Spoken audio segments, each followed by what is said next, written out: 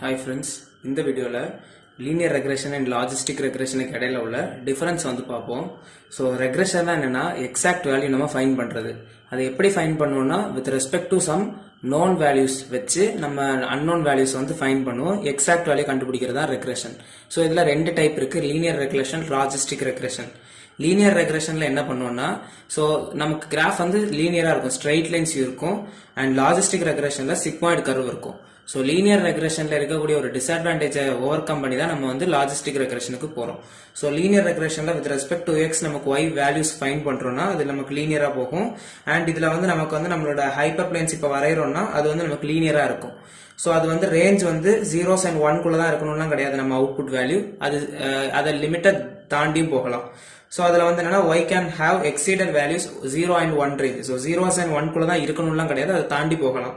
So இப்போ நான் எக்ஸுக்கு சம்திங் நான் போட்டேன்னா என்னோட வேல்யூஸ் இங்கே என்ன வரும் அப்படின்றது மாதிரி பிளாட் பண்ணியிருக்கேன். அதே மாதிரி அதாவது ஒய்க்கு வந்து 0வா இருந்துச்சுன்னா எனக்கு எக்ஸோட வேல்யூ என்ன, அதாவது எக்ஸுக்கு என்ன வேல்யூ வரும் at Y is equal to 0 அந்த மாதிரி.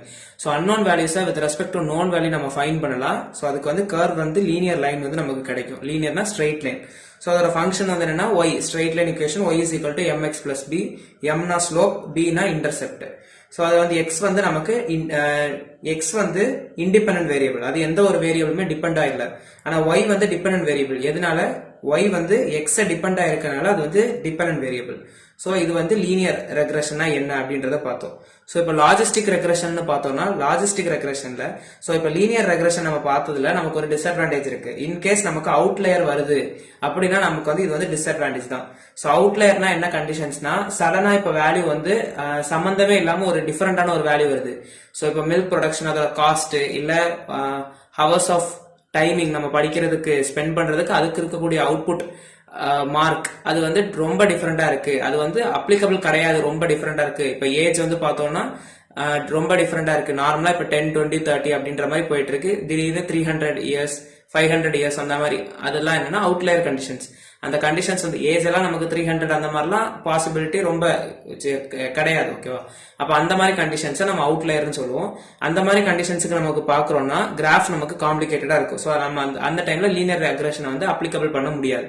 அப்ப அதுக்கு என்ன பண்ணுவோம்னா நம்ம வந்து லாஜிஸ்டிக் ரெக்ரெஷன் போவோம். லாஜிஸ்டிக் ரெக்ரெஷன்ல சிக்மாய்டு கர்வ் வரும். இதுல வந்து வேல்யூஸ் எப்பவுமே 0s and 1s குள்ள தான் நம்மளோட ப்ரிடிக்ட் பண்ணக்கூடிய வேல்யூஸ் வந்து இருக்கும். ஸோ இது வந்து நம்ம y டிபெண்டன்ட் வேரியபிள், x வந்து இண்டிபெண்டன்ட் வேரியபிள். இதுக்கு இக்குவேஷன் வந்து என்னன்னா y is equal to 1 by 1 plus e to the power minus of mx plus b. So இதுதான் லீனியர் ரெக்ரெஷன் அண்ட் லாஜிஸ்டிக் ரெக்ரெஷனுக்குள்ள டிஃபரன்ஸ். ரெக்ரெஷன்னா என்ன? ஸோ இங்க ஸ்ட்ரெயிட் லைன்ஸ் கிடைக்கும், இங்க சிக்மாய்டு கர்வ் கிடைக்கும்.